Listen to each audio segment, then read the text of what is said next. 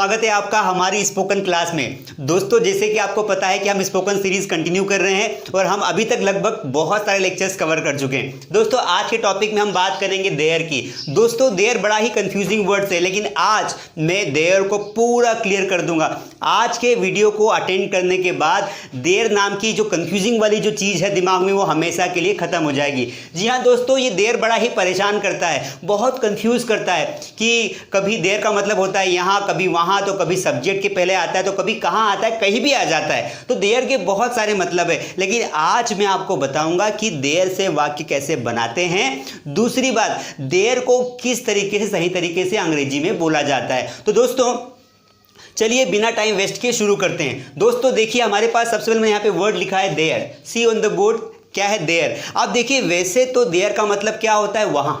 सामान्य भाषा में हम बच्चों को बोलते हैं गो देयर, मतलब वहाँ जाओ, है ना। लुक एट देयर, वहाँ देखो, ठीक है। वहाँ बैठो, सिट देयर, ठीक है। तो ऐसे करके वहाँ चलो, लेट्स गो देयर। तो ये जो देयर का मतलब हमने आज तक जाना है, हमने जाना है सिर्फ वहाँ के लिए, लेकिन वहाँ के अलावा भी देयर के बहुत सारे इस्तेमाल हैं, बहुत सारे।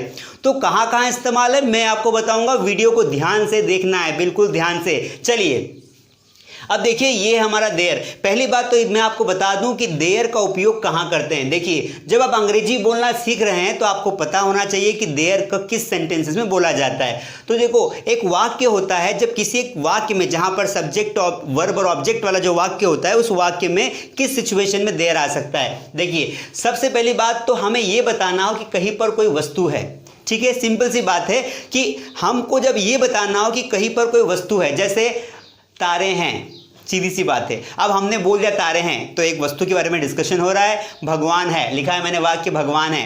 पेन है, ठीक है। मैंने ये नहीं बोला कि यह पेन है, मैंने बोला पेन है, सीधी सी बात है, ठीक है। जानवर है, मैंने ये नहीं बोला कि वह जानवर है, मैंने बोला जानवर है। तो ऐसे वाक्यों के लिए हम देयर का इस्तेमाल करेंगे, जो मैं आगे बताऊंगा। उसके बाद देयर का इस्तेमाल करते हैं किसी एक वस्तु के अंदर दूसरी वस्तु का होना। बहुत ध्यान सुनना, जब किसी एक वस्तु के अंदर दूसरी वस्तु का होना, जैसे आसमान में तारे हैं, तो तारे कहाँ पर है? आसमान में है, ठीक है। मोबाइल में बैलेंस है, तो बैलेंस कहाँ है? मोबाइल में। मेरे परिवार में 5 सदस्य है, तो कितने सदस्य हैं? 5। तो कहाँ पर है? मेरे परिवार में, ठीक है।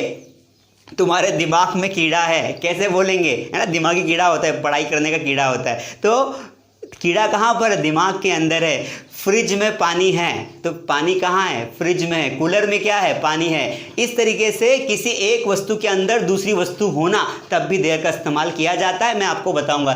तीसरी बात, कई बार कुछ ऐसे वाक्य होते हैं जहां पर सब्जेक्ट होता ही नहीं है, हमें पता ही नहीं होता है कि सब्जेक्ट वहां पर है भी कि नहीं है, तो उस सिचुएशन में भी हम देयर का इस्तेमाल करते हैं। तो इन 3 सिचुएशंस में हम देयर का इस्तेमाल करेंगे और एक सेंटेंस बनाएंगे। I hope you understood now. चलिए अब देखिए, चूंकि देयर का इस्तेमाल करने से पहले मैं आपको एक और बात बता दूं। वो वाक्य है कि देयर का यूज हम प्रेजेंट में भी कर सकते हैं, पास्ट में भी कर सकते हैं, फ्यूचर में भी कर सकते हैं। अभी हम पहले प्रेजेंट की प्रैक्टिस करेंगे, फिर पास्ट की करेंगे, फिर फ्यूचर की करेंगे। पूरा कंसेप्ट क्लियर होगा आज। देयर का पूरा कंसेप्ट, चाहे ग्रामेटिकली हो, चाहे स्पोकन के लिए हो, सारी सिचुएशंस में आपका देयर का इस्तेमाल हम आपको बताएंगे और पूरा कंसेप्ट क्लियर कर देंगे, तो आपको आगे कोई दिक्कत नहीं आएगी। चलिए अगर आप वीडियो में नए हैं, आप हमारे चैनल पर सब्सक्राइब कर लीजिए, वीडियो को लाइक कर दीजिए, पसंद आए तो लाइक ज़रूर करें और शेयर भी करें। चलिए अब हम शुरू करते हैं। तो देखिए हम सबसे पहले वन पॉइंट लेंगे। पहले हम प्रेजेंट पढ़ते हैं और फिर हम बाकी सेंटेंसेस को लेंगे। तो मैं इरेज कर देता हूँ। अब चाहे दोस्तों तो इसे कॉपी कर सकते हैं, मैं इसको इरेज कर देता हूँ। चलिए मैंने ये इरेज कर दिया, ये वाला मामला, ताकि हमारे पास जगह आ जाए। We need space. अब देखिए आई हैव दिस सेंटेंस, भगवान है। अब देखिए यहां पर भगवान है तो गॉड इज, सीधी सी बात है। लेकिन क्या हम इसको सिंपल बनाएंगे? अगर तो गॉड और है के लिए इज लगा दिया, क्या ये वाक्य सही है? क्या ये वाक्य सही है? बिल्कुल सही नहीं है, क्योंकि वाक्य तभी कंप्लीट होता है जब उसमें क्या होता है कि एक सब्जेक्ट, वर्ब और ऑब्जेक्ट होती, तभी तो वाक्य माना जाएगा ना। तो ये गलत है। तो इस सिचुएशन में हम क्या करेंगे? जब हमारे पास क्या है तो इसको तो हम मान लेंगे, क्योंकि देखो इसका सही वाक्य क्या होना चाहिए? वह भगवान है। वह भगवान है, वह रमेश है, वह राहुल है, वह तारे हैं, वह तारा है, जो भी है, तो वह तो हट गया। तो जब सब्जेक्ट नहीं है तो हमने क्या किया, यहाँ पर लगा दिया देयर। हम ये देयर मन से लगा देंगे। जब ऐसा कोई वाक्य है, तारे हैं, भगवान है, शर्ट है, तो जब हमको सब्जेक्ट नहीं दिखेगा उस सिचुएशन में हम देयर मन से लगा देंगे और फिर उसको वाले वाक्य को ऑब्जेक्ट मान लेंगे। अब यहाँ पर देखिए, ये भगवान है तो एक है, तो हमने लगा दिया देयर इज गॉड। ये वाक्य ऐसा बनेगा। फॉर एग्जाम्पल, किसी एक वस्तु के अंदर दूसरी वस्तु का होना, जैसे मैंने कहा कि मैं इसको इरेज कर देता हूं ताकि आपको पूरा क्लियर हो जाए। एक वस्तु के अंदर दूसरी वस्तु का होना, जैसे मैंने कहा कि मेरे परिवार में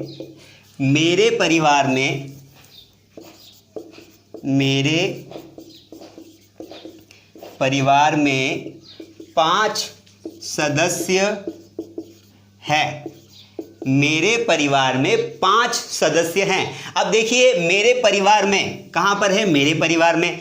देखो ये वाक्य क्या है, 5 सदस्य है, तो देयर आएगा, है ना जी, क्योंकि यहां पर हमारा सब्जेक्ट है ही नहीं। हमने क्या कर लिया, यहां पे लगा दिया देयर। अब देयर के बाद जो हम लगाएंगे, अगर प्रेजेंट का वाक्य तो हमें क्या लगाना पड़ेगा, इज, एम या आर। तो फिर हम यहां पर जो हेल्पिंग वर्ब लगाएंगे वो हमें ऑब्जेक्ट को देखकर लगानी है। अब 5 सदस्य तो मतलब एक से ज्यादा है, और एक से ज्यादा है तो क्या लगा देंगे, आर, देयर आर, और फिर लगा दिया 5 members. There are 5 members in my, और ये वाला पार्ट चला जाएगा लास्ट में, इन माई फैमिली। तो there are 5 members in my family. तो समझ में आया आपको, जैसे पेन में इंक है तो there is ink in a pen, ठीक है। आसमान में तारे हैं तो कैसे बनाएंगे, there are stars in the sky. तो एक वस्तु के अंदर जब दूसरी वस्तु होगी तब आपको देयर लगाना है और फिर तय करना है कि भाई मुझे इज लगाना है, एम लगाना है, आर लगाना है। तो ये बेसिक कंसेप्ट था। अब किसी वाक्य में सब्जेक्ट नहीं होता है तो ये वाक्य वैसा ही, इसमें सब्जेक्ट है नहीं। जैसे मानो मैंने कहा तारे हैं, अब सब्जेक्ट कहाँ है इसमें, तो फिर हमने लगा दिया देयर, देयर आर स्टार्स, है ना। मैंने बोला तारे हैं, सब्जेक्ट नहीं है तो हमने क्या लगा दिया, देयर। देयर के साथ लगा दिया आर, क्योंकि तारे एक से अधिक है, तो there are stars, there are stars. तो दोस्तों कहने का मतलब यह है कि 3 सिचुएशन बन सकती है देयर को इस्तेमाल करने वाली। पहली सिचुएशन जहां पर कोई वस्तु है, जैसे कि मैंने कहा कि पेन है तो देयर इज ए पेन। मैंने बोला कि पेन है तो कोई वस्तु है। ये वाला नियम देखिए, कहीं पर कोई वस्तु है तो मैंने बोला पेन है तो क्या बना देंगे, मैंने बोला पेन है तो मैंने क्या बना दिया, there is a pen, there is a pen. मैंने बोला तारे हैं तो हमने क्या बना, देयर आर स्टार्स। जब एक वस्तु के अंदर दूसरी वस्तु है, जैसे कि मेरे परिवार में 5 सदस्य है, तो परिवार एक वस्तु है, उसमें 5 सदस्य है, तो हमने बना दिया there are 5 members in the family.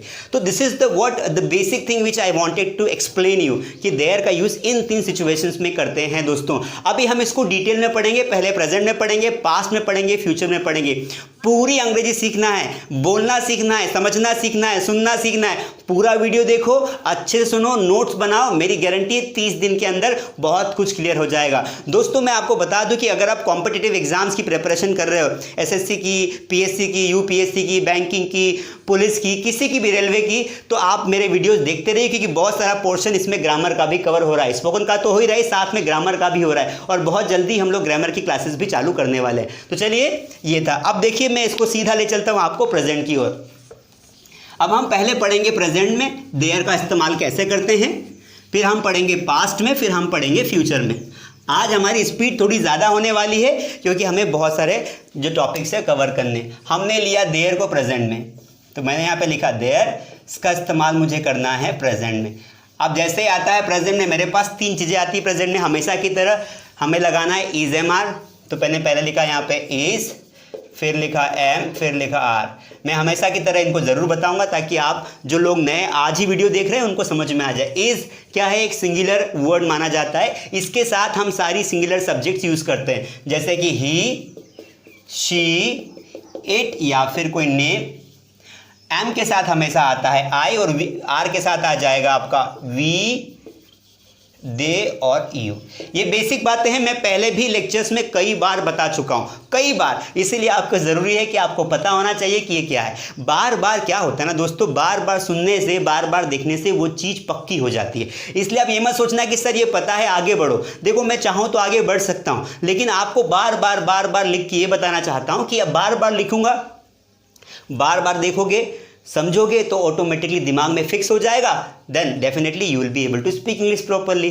Understand means when you will speak a sentence starting with he, so is will automatically come, she is will automatically come. When you are talking about I am will automatically come in present. So that is why यहाँ पर ध्यान रखना है। वैसे एक बात आपको बता दूं मैं कि ये जो मैंने लिखा है यहाँ पर, ये सिर्फ नॉलेज के लिए लिखा है, देर वाले वाक्यों में इसका इस्तेमाल बिल्कुल नहीं होगा। आई एम आने वाला ही नहीं है, ठीक है, ये इस्तेमाल होता ही नहीं है। सिर्फ हमें इज और आर का ध्यान रखना है देर के परिप्रेक्ष्य में। चलिए मैं इसको इरेज कर देता हूँ।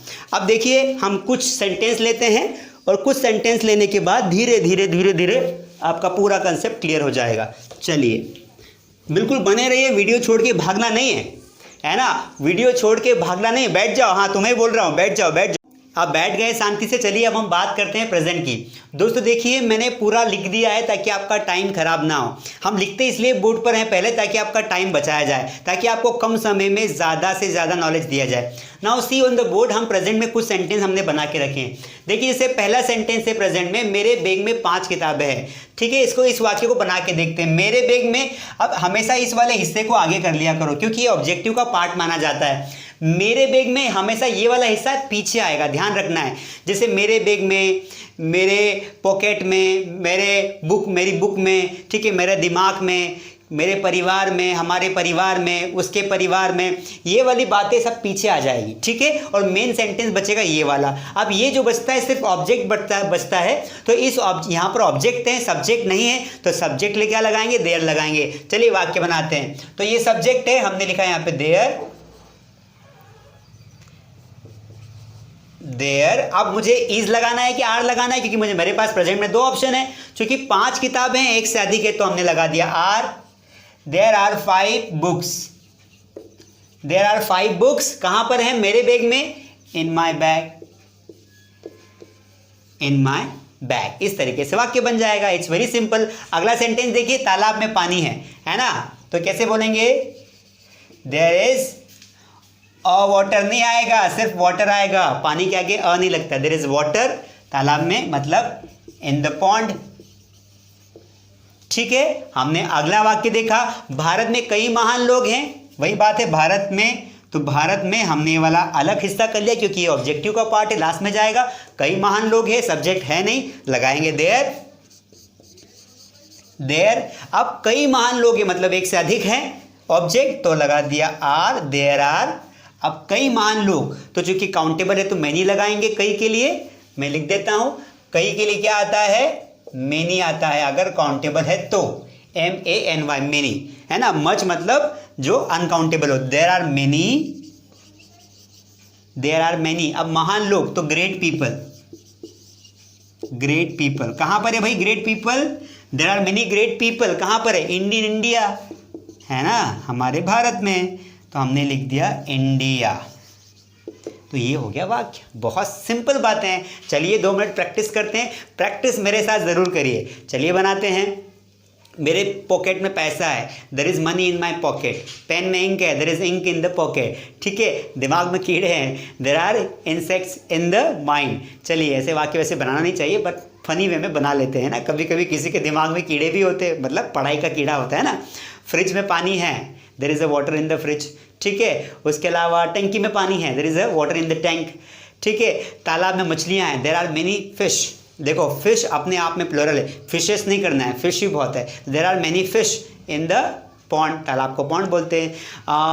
नदी में मगरमच्छ है, there is a crocodile in the river, ठीक है। नहर में मगरमच्छ है, नहर में भी आ जाते हैं ना, तो there is a crocodile in the canal, ठीक है। ऐसे बहुत सारे वाक्य आप बना सकते हैं, बहुत सारे। You can make many sentence, depends on you how much you practice, because as much as you will practice you will get much knowledge of English. Now so this was a simple sentence we prepared. You can also make many sentences, target 100 sentence a day on a single topic so that you can practice well.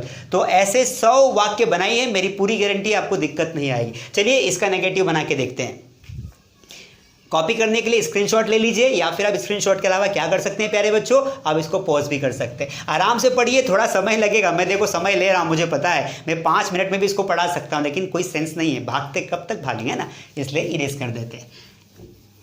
चलिए अब देखिए बेटा, इसका negative बनाएंगे ना जब, तो उसमें नॉट नहीं लगाना है ना, नॉट नहीं लगाना है, आपको सीधा क्या करना है, नो लगा देना है। क्या लगा देना है, नो लगा देना है। जैसे किताब में ज्ञान नहीं है, किताब में, ऐसे वाक्य अच्छा नहीं लगेगा, मैं बनाता हूं। या तो आप बोल सकते घर पर कोई नहीं है, तो there is no one at home भी होता है, घर पर कोई नहीं है। या फिर आप बना दीजिए किताब में अक्षर नहीं है, there is no letter in the book. चलिए, किताब में अक्षर नहीं है, ठीक है, किताब में अक्षर नहीं है, किताब में अलग कर दिया, नहीं है, नेगेटिव आया तो नॉट नहीं लगाना है, इसमें नॉट नहीं लगता है, सिर्फ नो लगता है, ठीक है। तो क्या बनाएंगे, देयर इज, आप नॉट की जगह लगा दो नो, बाकी अक्षर नहीं है, there is no letter in the, not नहीं लगाना है। आप पूछेंगे सर नॉट क्यों नहीं लगाया, तो सुन लीजिए, नॉट क्यों नहीं लगाया प्यारे बच्चों, क्योंकि सब्जेक्ट है नहीं ना, ये तो हम मन से लगा रहे। देयर, देयर एक इंट्रोडक्टरी वर्ड है। कौन सा वर्ड है, इंट्रोडक्टरी, जो सिर्फ आपके सेंटेंस को इंट्रोड्यूस कर रहा है, सेंटेंस को इंट्रोड्यूस करने के लिए ही इसका इस्तेमाल किया जा रहा है। अगर सब्जेक्ट होता तो ऑब्वियसली नॉट लगाते हैं, जैसे राम गधा नहीं है तो राम इज नॉट डोंकी, ठीक है, इस तरीके से हम बनाते हैं। तो there is no letter in the book. आप क्या बनाएंगे, वो कोई नेगेटिव, जैसे कि मेरे पास पैसा नहीं है, ठीक है, ये तो डोंट से बन जाएगा।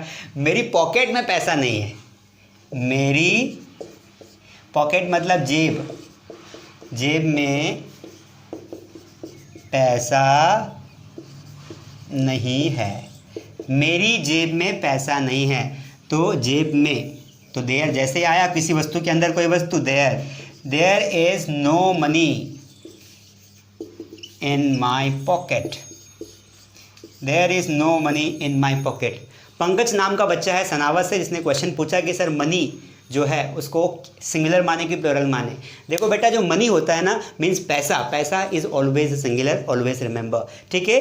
तो सुन लीजिए पंकज खांडे जी, मनी जो है ना वो क्या है, वो सिंगुलर है, उसके साथ हमेशा इज आएगा, पास्ट में वॉज आएगा, ध्यान रखना है, ठीक है। तो ये था हमारा नेगेटिव सेंटेंस। सर इसका नेगेटिव बना के बताइए, चलो स्क्रीनशॉट ले लीजिए। इसका इंटरोगेटिव बनाते हैं, नेगेटिव तो बन गया ना, इंटरोगेटिव बनाते हैं। बहुत सिंपल है, हम इज आर को आगे ले आएंगे। देखो मैंने यहाँ पे इज आर ही लिखा है, सर एम नहीं लिखा, मैंने कहा था एम का इसमें इस्तेमाल नहीं होता है, 0% होता है। चलिए अब जैसे बोलते ना, क्या भवन में कोई नहीं है, या क्या गांव में कोई नहीं है, क्या गांव में कोई है, ऐसा बनाते हैं। क्या गांव में कोई है, क्या गांव में कोई है, तो देखो कैसे पहचाना, इस तरीके से पहचाना कि किसी वस्तु के अंदर कोई वस्तु होना। हम बना देंगे वाक्य, हमने बना दिया, इज देयर एनीवन, कोई को क्या बोलते हैं, एनीवन, कहां पर, is there anyone in the village, ये हो गया। क्या फ्रिज में पानी है, फ्रिज में पानी है, क्या, फ्रिज को तो हिंदी में मुझे पता नहीं क्या बोलते हैं, हमने तो फ्रिज ही सुना है, हम फ्रिज ही लिख देंगे, मैं अंग्रेजी में लिख देता हूँ। अगर आपको फ्रिज का हिंदी मतलब पता हो तो कमेंट में लिखें, बड़ी शानदार बात है, बताइए फ्रिज को हिंदी में क्या बोलते हैं, कूलर को हिंदी में क्या बोलते हैं बताइए। तो फ्रिज और कूलर का हिंदी मतलब लिखिए आप कमेंट में, क्या और मैं उसको रिप्लाई ज़रूर करूँगा, उसका नाम भी अगले वीडियो में लूँगा जो लिखेगा हिंदी मीनिंग, फ्रिज का हिंदी मीनिंग, शुद्ध हिंदी मीनिंग। चलिए, क्या फ्रिज में पानी है, इंटरोगेटिव सेंटेंस है, बना देंगे। तो क्या फ्रिज में, इसको हम कर देंगे पीछे, पानी है, ये हमारा मेन सेंटेंस है, ऑब्जेक्ट नहीं है, तो हमने लगा दिया देयर, चूंकि इंटरोगेटिव है इसलिए हमने लगा दिया आगे इज। तो is there water in the fridge, is there water in the fridge. देखिए बच्चों, इस तरीके से सेंटेंस बन जाएगा, is there water in the fridge. ऐसे बहुत सारे वाक्य हम बना सकते हैं, ठीक है। क्या गांव में महान लोग हैं, are there great people in the village. क्या भारत में महान, क्या भारत में 28 राज्य हैं, are there 28 states in India, इस तरीके से। क्या विश्व में 500 देश हैं, इज आ जाए क्योंकि विश्व एक ही है ना, तो इज देयर 500 और more than 500 countries in the world. इस तरीके से आप बहुत सारे इंटरोगेटिव वाक्य बना सकते हैं। चलिए इसको कॉपी कर लीजिए। अब दोस्तों अब चलेंगे हम पास्ट में, उसके पहले मैं आपको इंटरोगेटिव नेगेटिव बता देता हूं, फिर हम सीधा मैं आपको ले चलूंगा पास्ट में। देखो बच्चों, इंटरोगेटिव नेगेटिव आप बना भी सकते, नहीं भी बना सकते। सर इंटरोगेटिव नेगेटिव कैसे बनेगा? बहुत सिंपल है। क्या गांव में कोई नहीं है? Is there no one in the village. यहाँ पे एनी वन की जगह नो वन आ जाएगा, ठीक है। क्या फ्रिज में पानी नहीं है? तो is there no water in the fridge, तो नो लगा दीजिए यहाँ पर, सिंपल बन जाएगा। क्या पॉकेट में पैसे नहीं हैं? क्या पॉकेट में पैसे नहीं हैं? तो is there no money in the pocket. क्या मोबाइल में, तुम्हारे मोबाइल में गाने नहीं है? क्या तुम्हारे मोबाइल में गाने भी नहीं है? तो are there no songs in your mobile. समझ में आ गया? क्या तुम्हारे लैपटॉप में मूवीज नहीं है? मूवीज नहीं है, are there no movies in your laptop. तो इस तरीके से आप वाक्य बना सकते हैं, इंटरोगेटिव नेगेटिव भी बना सकते हैं। चलिए इसको कॉपी कर लीजिए, फिर मैं आपको जो है पास्ट की ओर ले चलता हूं। तो आज दोस्तों आज हम पास्ट भी कवर करने वाले हैं, ठीक है। तो बेटर रहेगा कि हम फटाफट पढ़ लेंगे। चलिए अब मैंने यहां पर लिख दिया पास्ट, सॉरी यहां पे ई लिखना था मुझे, देयर। अब पास्ट में जो है मेरे पास दो ऑप्शन है। अब देखिए पास्ट में कैसे बनाएंगे? क्या घर पर कोई था, है ना? क्या तुम्हारे मोबाइल में गाने थे? वही चीज़ों को पास्ट में कन्वर्ट कर दीजिए। बहुत कई बार बोलते हैं, क्या तुम्हारे खेत पर शेर था? क्या जंगल में शेर था?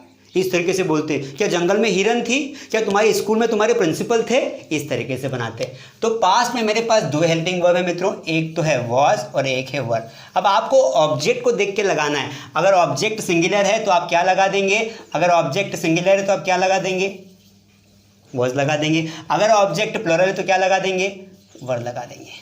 ये बात ध्यान रखनी, सिंगुलर है तो वॉज, प्लुरल है तो वर। बाकी हमें वो ध्यान रखना ही है। जैसे कि ही शिट आ जाए तो हमें वॉज लगाना होता है, और आई भी दे यू आ जाए तो, सॉरी वी दे यू आ जाए तो हमें वर लगाना। ये बेसिक बातें जो आपको पता है, फिर मैंने लिखवा दी। चलिए मैं इसको इरेज कर देता हूं।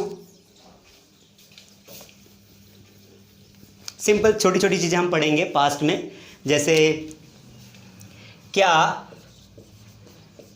सॉरी सिंपल बनाते हैं। जंगल में शेर था, जंगल में शेर था। कैसे बनाएंगे जरा बताओ इसको? जंगल में शेर था, तो जंगल में इसको कर देंगे पीछे, शेर था ये हमारा मेन वाक्य पास्ट में है, तो लगा दिया आगे there was a lion in the forest. ये वाक्य बन गया, है ना। और पास्ट में बनाइए आप, हम बना सकते हैं, प्लुरल भी बना सकते हैं। तालाब में मछलियां थी, है ना। कैसे बनाएंगे?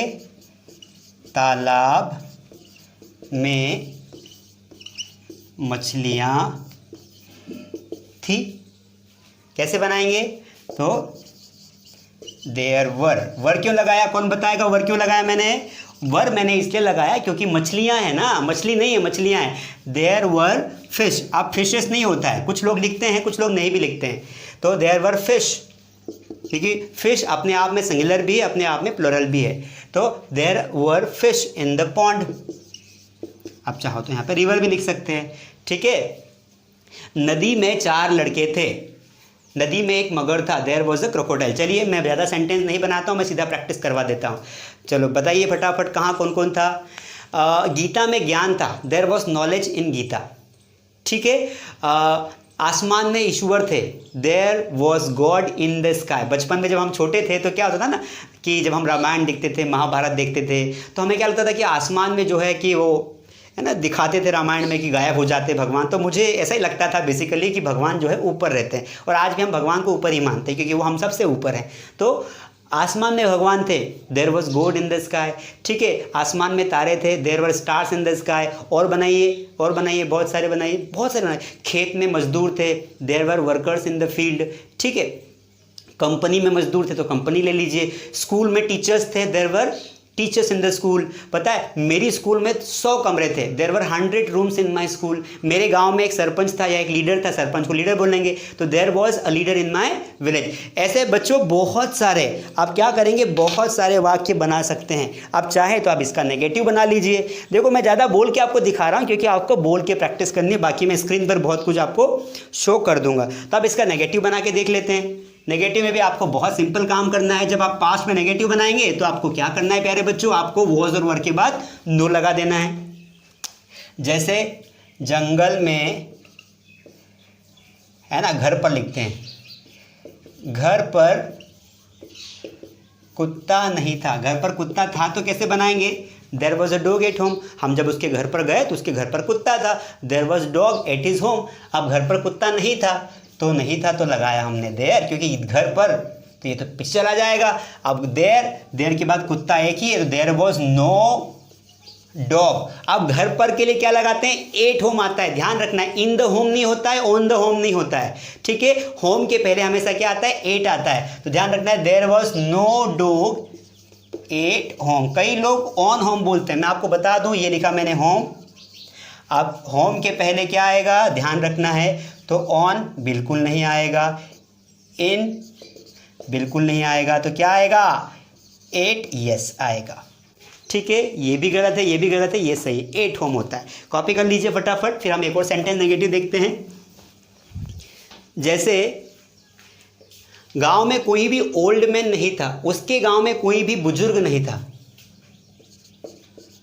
उसके गांव में कोई बुजुर्ग, बुजुर्ग देखते हैं कैसे लिखते हैं, बुजुर्ग सही लिखा है क्या, गांव में, उसके गांव में कोई बुजुर्ग नहीं था। बनाइए इस सेंटेंस को, उसके गांव में चला जाएगा पीछे, कोई बुजुर्ग नहीं था, लिख दिया देयर वॉज, या आप इसको डायरेक्ट ही बना सकते हैं, no one was old in his village, ऐसा भी बन सकता है, पर there was no old man in his village. Sentence को बोलने के कई तरीके हो सकते हैं दोस्तों।